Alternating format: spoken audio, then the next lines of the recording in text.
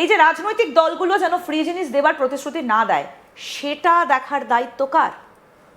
এবারে দেখো, এইখানে 44% মানুষ বলছেন যে এটা নির্বাচন কমিশনের দায়িত্ব, সুপ্রিম কোর্টের দায়িত্ব বলছেন 22% মানুষ, ভোটাররা নিজেই এটা করতে পারবেন বলছেন 20% মানুষ, কারো আটকানো উচিত নয় বলছেন 6% মানুষ। আমি যদি সেটা বাদ দিই তাহলে বেশিরভাগ মানুষ বলছেন যে নির্বাচন কমিশনের এটা করা উচিত 44%।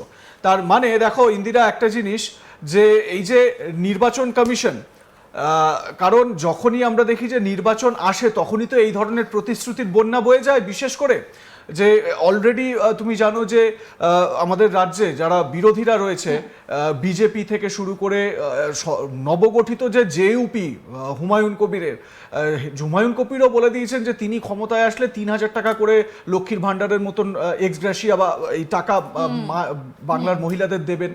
শুভেন্দু অধিকারী বলেছেন বিজেপি আসলে 5,000 টাকা করে, 3 লাখ টাকা করে আবাসের বাড়ির জন্য দেওয়া হবে।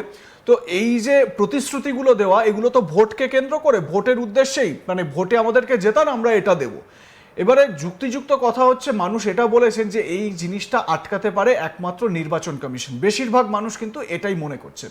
44% মানুষ বলছেন যে নির্বাচন কমিশন যদি একটা স্ট্রিক্ট কোনো অ্যাকশন নেয়, যে রাজনৈতিক নেতারা তারা প্রতিশ্রুতি এরকম দিতে পারবেন না যে এটা দেব ওটা দেব, এই করব সেই করব, এটা তারা করতে পারবেন না। যদি এটা করে তাহলে নির্বাচন কমিশনই করতে পারবে।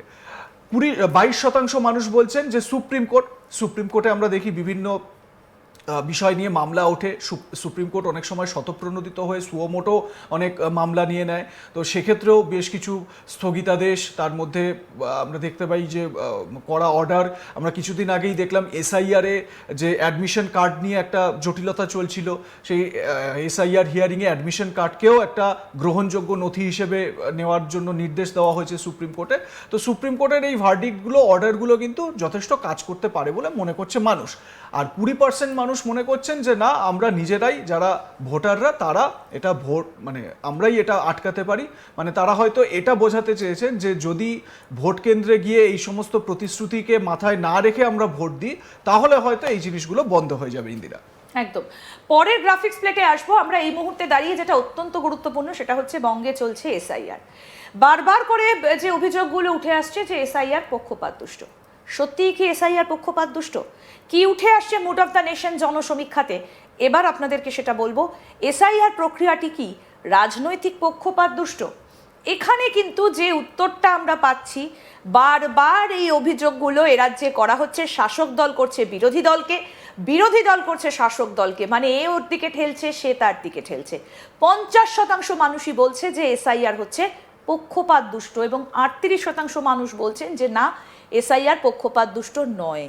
এটা নিয়ে স্বপন আমরা দেখেছি যে বিভিন্ন সময় নানা আলোচনাও আমরা করেছি যে এসআইআর এ কার ক্ষতি কার লাভ।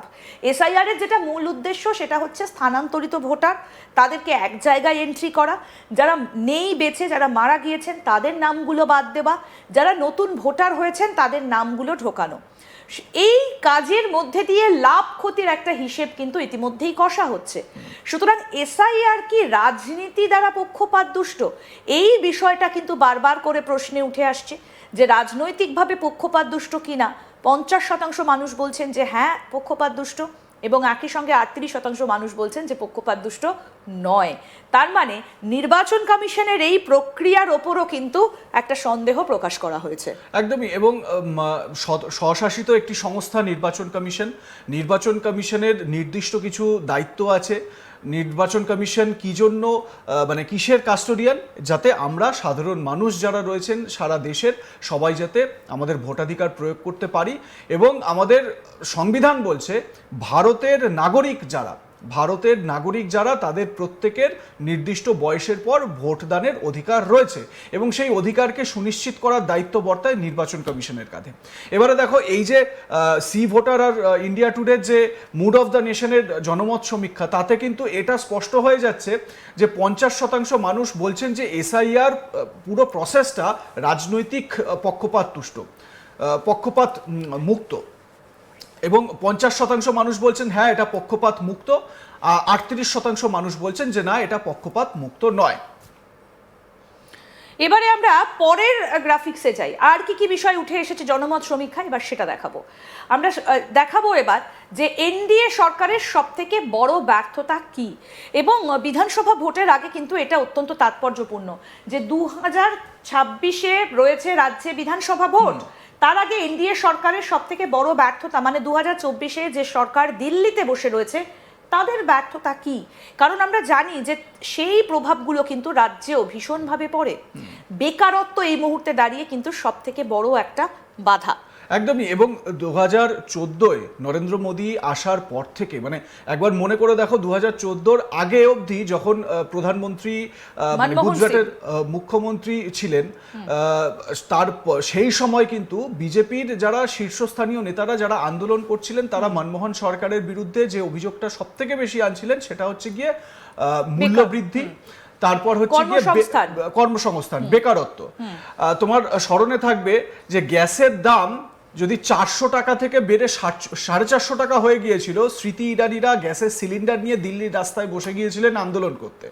কিন্তু এই মুহূর্তে দাঁড়িয়ে আমরা যদি সিনারিওটা দেখি তাহলে বিশাল পরিবর্তন এসেছে।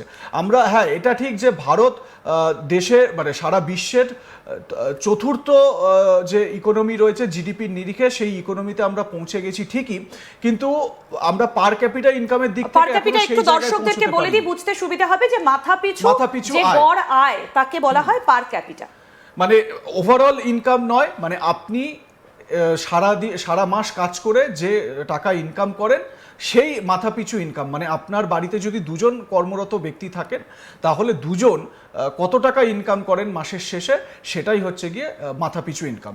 এবারে এই পার ক্যাপিটা ইনকামের দিক থেকে ভারত অনেক পিছিয়ে। জিডিপির নিরিখে আমরা এগিয়ে গেছি ঠিকই, কিন্তু আমাদের মানে পকেটে টাকা কতটা আসছে, আমাদের খরচা করার ক্ষমতা কতটা, এইটা নিয়ে একটা কিন্তু সমস্যা রয়ে গিয়েছে। তার অন্যতম কারণ হচ্ছে গিয়ে এই বেকারত্ব। দেখুন আমাদের জনমত সমীক্ষায় 17% মানুষ বলছেন যে বেকারত্ব মোদী সরকারের বা এনডিএ সরকারের সব থেকে বড় ব্যর্থতা। 20% মানুষ বলছেন মূল্যবৃদ্ধি, মানে আপনি আপনার বাড়ির পাশে বাজারে একটু চাল, ডাল, পেঁয়াজ, আদা, রসুন, মাছ, মাংস, এই সমস্ত নিত্য নৈমিত্তিক জিনিসগুলো কিনতে গিয়ে আপনাদের পকেট হাঁসফাঁস করে। আপনাদের মধ্যে হয়তো অনেকেই, আমরা এটা বলতেও শুনি যে একটা সময় ছিল যখন 500 টাকা নিয়ে বেরোলে ব্যাগ ভর্তি করে সারা সপ্তাহের বাজার চলে আসতো। এখন 500 টাকা নিয়ে গেলে ওই একদিনের বাজারও ঠিকঠাক হয়তো হয় কিনা সেটা নিয়ে সন্দেহ। মানে আগে বলা হতো পকেট হালকা টাকা নিয়ে গেলে ব্যাগ ভর্তি বাজার হতো, এখন হালকা বাজার ব্যাগ ভর্তি হয়, পকেট ভর্তি টাকা নিয়ে যেতে হয়। এবারে আমরা যেদিকে নজর রাখবো, অত্যন্ত গুরুত্বপূর্ণ একটা বিষয় এবার নজর রাখবো, সেটা হচ্ছে যে কোন দল কটা আসনে বাংলা জিতছে, মানে বাংলায় কে কটা আসন পেতে পারে, কি উঠে এসেছে জনসমীক্ষার হিসেবে, জনমত সমীক্ষা কি বলছে সেদিকে নজর রাখবো।